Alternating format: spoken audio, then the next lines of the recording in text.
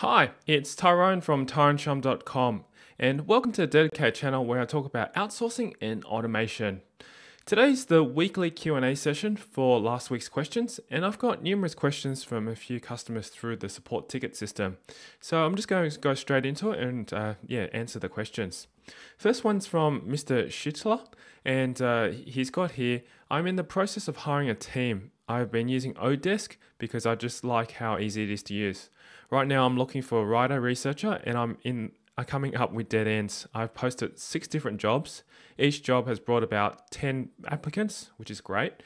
Out of those 60, I found 4 that seems really good, but after testing each one, they turned out not so good. My question is, how do you go about finding and testing writers to get the best possible person? Well, I guess your first name is TJ. It's very difficult to say exactly how because every writer has different writing styles. Every person has different techniques in terms of how they do their research and so forth. And if you have a particular type of writing style and you have a particular type of criteria that you're looking for, you need to specify those and specify those in your job description. Otherwise, you're just going to get any type of writer applying for it. And I mean, it's possible also too. I don't know. I'm just assuming here is that your expectations might be set too high and you might not be able to find that right person. But in my opinion, I would, if you found 4 that seems really good, get them to all trial out for you and then take out the best writing styles that you like. And then if you like any of their writing styles, then you can retrain and recoach them. Copywriting is not something that is going to be easy to find because to find a good copywriter and a good writer, it takes a bit of time and a bit of training, and you may need to train them the way you want them to write. So it's not something that's going to be easy, and I'll be honest with you, it's not something I found easy to find as well. It will take a bit of time. So just keep trying and persisting. And if you've found already 4 that you think that seems very good, then just trial it out. If not, keep persisting to find the right one. As I said, even if you went through a virtual assistant staff finding service, then you might also have the same issue because you can't tell exactly what their writing style is going to be. Only way is to test them by giving them a trial run for at least a month and getting them to write articles for you. And if their articles are good and they're able to adapt to what you want and you can train them and they're trainable, then you definitely want to keep them on. So look for somebody who's flexible and willing to learn. That's how I can assist you in that one. So good luck with that. Okay, I've got another question from Emma Henry. Dear Tyrone, I'm a fellow Australian. Hi Emma, great to meet you. I'm a mum of 2 small children and have been following you for some months now. So thanks for the great advice and info. I have a few questions on my potential niche site. The site will be all about living in Dubai, practical information and tips for people thinking about moving here. This is where I'm currently based. That's great. I have loads of good content and an ebook I'm in the process of writing. Now, the keyword results for living in Dubai, as per Market Samurai, are search engine traffic of 250, great. A phrase to broad match ratio of 45%, very good. This is all okay so far, so yes, definitely agree with you. My problem is that the total searches for the keyword is 94,200. However, the competition for the top 10 doesn't look too bad at all. Okay. Yes, I wouldn't worry too much about the competition. That's for one thing. I would probably more be interested in having a look at what kind of commerciality it has. And I'll run through actually this with you in Market Samurai. But before I do jump over to Market Samurai to show you right now, let me just answer the other question. The domain age and page rank of competition are lots of green and yellow. However, the index count had loads of red. Does IC matter too much? No, that's index count for Google, and I would turn that off, which I'll show you very soon in Market Samurai. And also, I'm passionate about this topic and have lots of good targeted content. My main concern is the 94,000 search results. I'll let you know up front right now, Emma, I don't think you need to worry about that too much, though I'm going to caution you because I've looked at this niche just now and I can sort of gauge on what kind of results it is. So before I answer the rest of your questions, follow me right now to Market Samurai. Okay, so Emma, I've opened up Market Samurai and I've typed in living in Dubai as a keyword. And yes, the results match perfectly as you mentioned, and competition's increased as it usually does. There's going to be more and more people actually competing to get to it. Now, what I was mentioning inside there, I was talking about this commerciality. And the most important thing I think you need to be aware of is what kind of click-through rate, or the click per pay from Google is going to be. And this is important because to get paid from Google as an advertiser, if there's a high amount of dollar value there that's going to be paid from you, just as an estimate, then it's going to be a good niche to potentially go in.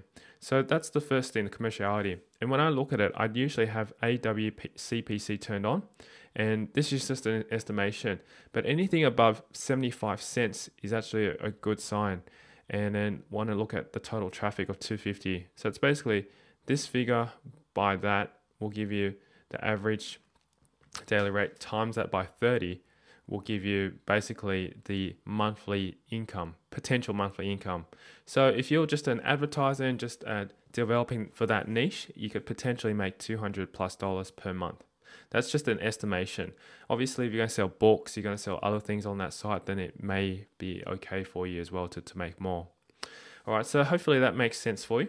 The next part is the SEO competition. This is where the one that you're talking about, bringing in the matrix and comparing it and showing me. And I'm just going to go through it with you right now, just to give you an idea of what I came up with. Okay, so what I can show you right now, as soon as it comes up again, is that there's going to be a matrix with greens, yellows, and reds. And you're asking me about IC, which is index count. This is basically the amount of pages that Google has indexed for that particular site. And I wouldn't worry too much about it, so that I turn that off. Same thing as well too, the domain backlinks, which is here. There's a lot of them. It basically means how many links are backing back to that domain. I turn that off as well, so I wouldn't worry too much about that. And basically it should show you just a nice little matrix that actually comes out over here. And obviously the more green, the better.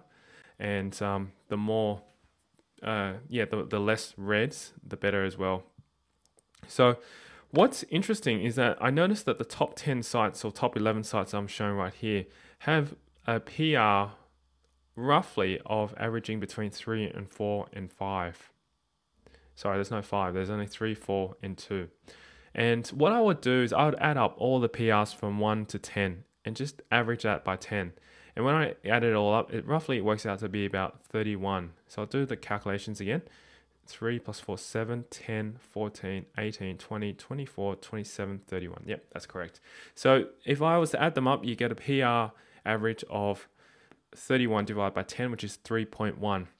Now, anything above 2.5 to 3 PR, I would probably stay clear of, because the competition is very high here, and it's potentially a market that you would be really digging into to try and compete with the top 10 sites. And I'm just looking based on facts. I wouldn't jump into this market due to that fact.